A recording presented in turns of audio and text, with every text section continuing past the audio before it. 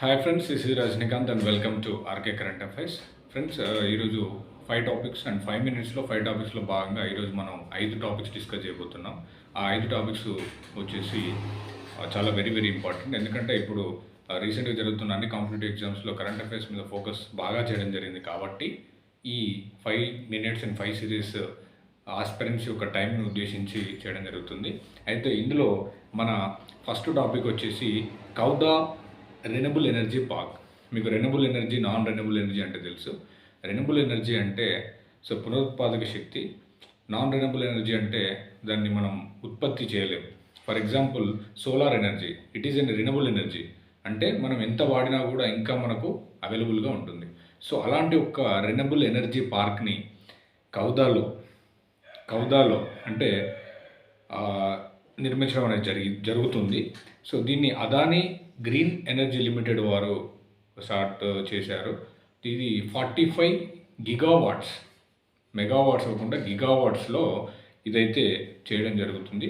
అయితే ఈ ప్రాంతం వచ్చేసి పాకిస్తాన్కు దగ్గరగా ఉన్నందువల్ల దీన్ని బీఎస్ఎఫ్ కంట్రోల్లో తీసుకోవడం అయితే జరిగింది. అయితే ఇది ప్రపంచంలోనే అతి ఎక్కువైనటువంటి సోలార్ ఉత్పత్తి చేసేటువంటి ఎనర్జీ ప్లాంట్.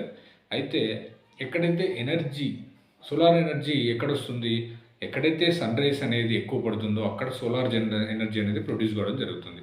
అయితే ఇది second point, so which receives highest amount of heat. లడాఖ్లో చూసినట్టయితే మనం మొదటిగా ఎక్కువ సోలార్ రేడియేషన్ అనేది పడే ప్లేస్ ఉంటుంది. సో నెక్స్ట్ వచ్చేసి గుజరాత్లో ఈ కౌదా అనే ప్లేస్లో ఎక్కువ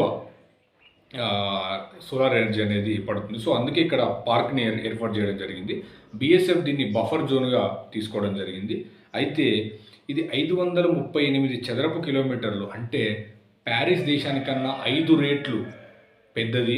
మరియు 81 బిలియన్ యూనిట్స్ ఎలక్ట్రిసిటీ ప్రొడ్యూస్ కావడం జరుగుతుంది. అంటే బెల్జియం, చిలీ మరియు స్విట్జర్లాండ్ దేశాలు వినియోగించే దానికి సమానంగా ఇక్కడ ఎనర్జీ అనేది ప్రొడ్యూస్ కావడం జరుగుతుంది. అంటే మనం గుర్తుపట్టుకోవాల్సింది ఏంటి, ఇది గుజరాత్లో ఉంది కౌదా రెన్యూబుల్ ఎనర్జీ. దీన్ని చేసింది అదానీ గ్రూపు. ఇది బెస్ట్ సోలార్ రేడియేషన్ ఉన్న ప్రాంతం, సెకండ్ బెస్ట్, ఫస్ట్ లడాఖ్లో ఉంది. ఇది ఎనర్జీ పార్క్ని బఫర్ జోన్గా ప్రకటించారు. ఎందుకంటే పాకిస్తాన్కు దగ్గర ఉంది కాబట్టి బఫర్ జోన్గా ప్రకటించి under control of BSF. And 530 చదరపు కిలోమీటర్లు, 81 బిలియన్ యూనిట్ల అయితే మనకు ప్రొడ్యూస్ కావడం జరిగింది ఎనర్జీ. ఇది బెల్జియం, చిలీ అండ్ స్విట్జర్లాండ్ ఈ 3 దేశాలకు వినియోగించేంత ఉత్పత్తి చేయడం అయితే జరుగుతుంది. ఓకే, ఈరోజు మన సెకండ్ టాపిక్ వచ్చేసి విద్యార్థినులకు నెలసరి సెలవులు.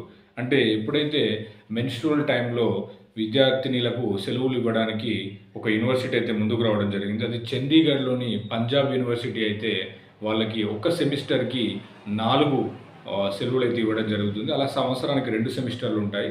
4 రోజులు అయితే సెలవులు ఇవ్వడం జరుగుతుంది.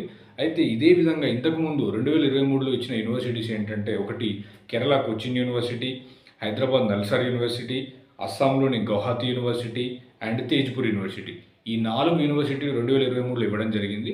అయితే కొత్తగా ఈ చండీగఢ్లో ఉన్నటువంటి పంజాబ్ యూనివర్సిటీ అనేది ఎవరైతే విద్యార్థినులు చదువుకునే యూనివర్సిటీలో చదువుకునే వారు ఉంటారో వారికి మెన్స్ట్రువల్ లీవ్స్ అయితే ఇవ్వడం జరిగింది. సెమిస్టర్కి 2 రోజులు, సెమిస్టర్కి 4 రోజులు, గరిష్టంగా 4 రోజులు. ఆ 4 రోజుల్లో మనం ఎంతైనా వాళ్ళు యూజ్ చేసుకోవచ్చు. అయితే మన థర్డ్ టాపిక్ వచ్చేసేసి తెలంగాణలో బయటపడ్డ పురాతన నాణాలు. అయితే రీసెంట్గా 3730 సీసపు నాణాలు అనేవి బయటపడడం జరిగింది.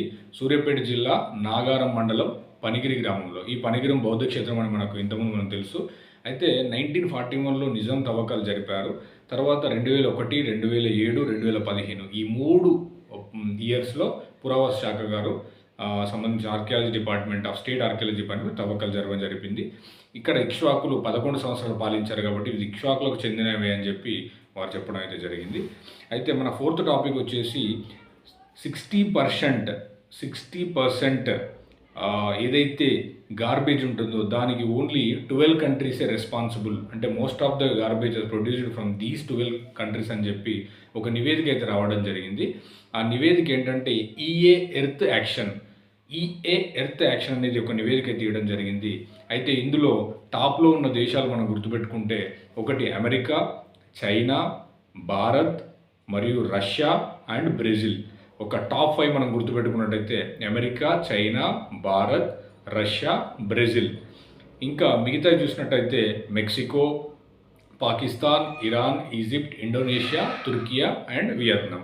అయితే ఇది ఈ 12 దేశాలు 60% సంబంధించినటువంటి గార్బేజ్కి అయితే కారణం. అయితే మన ఇండియాలో చూసుకున్నట్టయితే ఒక తలసరి వ్యక్తి అనే వ్యక్తి 8 కేజీల, అంటే ఒక సంవత్సరానికి 8 కేజీల గార్బేజ్ అయితే ప్రొడ్యూస్ చేయడం జరుగుతుంది. అంటే తన వేస్టేజ్ వల్ల కానీ తను యూజ్ చేసే ప్లాస్టిక్ సంబంధించినటువంటి ఏదైతే గార్బేజ్ తలసరిగా, అంటే మనం ప్రొడ్యూస్ అయినటువంటిది డివైడెడ్ బై మన పాపులేషన్ ఇస్తే మన తలసరిగా ఒక హెడ్కి 8 కేజీలు చేయడం జరుగుతుంది.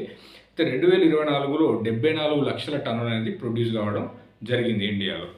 ఓకే, అయితే మన లాస్ట్ టాపిక్ వచ్చేసి great place to work in India అనే నివేదిక. Great place to work in India నివేదిక. అయితే ఇది బ్యాంకింగ్, ఆర్థిక సేవలు, బీమా రంగం, అంటే ఈ ఇన్సూరెన్స్ రిలేటెడ్ సంబంధించినటువంటి వాటిలో మహిళలు ఏ విధంగా పార్టిసిపేట్ చేస్తున్నారు, అక్కడ మహిళలకు ఎలాంటి రక్షణ ఉంది అని చెప్పేటువంటి ఇది ఇన్స్టిట్యూషన్. అయితే ఇది ఏమని చెప్పిందనంటే 1/4, అంటే నలుగురు మహిళల్లో కంపెనీలో ప్రయత్నించిన 1/4 వేతనం, అంటే ఒక 1/4 నలుగురు ఉంటే అందులో ఒకరు లింగ వివక్షతకు కానీ పని ప్రదేశంలో మరియు వారి వేతనంకు ఇన్సెక్యూరిటీస్, ఇనెబిలిటీస్, అంటే కొన్ని తక్కువ వేతనం ఇవ్వడం ఇలాంటివి జరుగుతున్నాయి. అయితే ఈ సంస్థ అనేది ఈ నివేదికలో 167 ఆర్గనైజేషన్స్ని అయితే వెళ్ళి విజిట్ చేయడం జరిగింది. అందులో 12 లక్షల మందిని సర్వే చేసిన తర్వాత ఈ great place to work in India అనే నివేదిక అయితే రిలీజ్ అవ్వడం జరిగింది. ఓకే ఫ్రెండ్స్, ఇలాంటి లేటెస్ట్ కరెంట్ అఫైర్స్ కోసం మన ఛానల్ని లైక్ చేయండి, షేర్ చేయండి.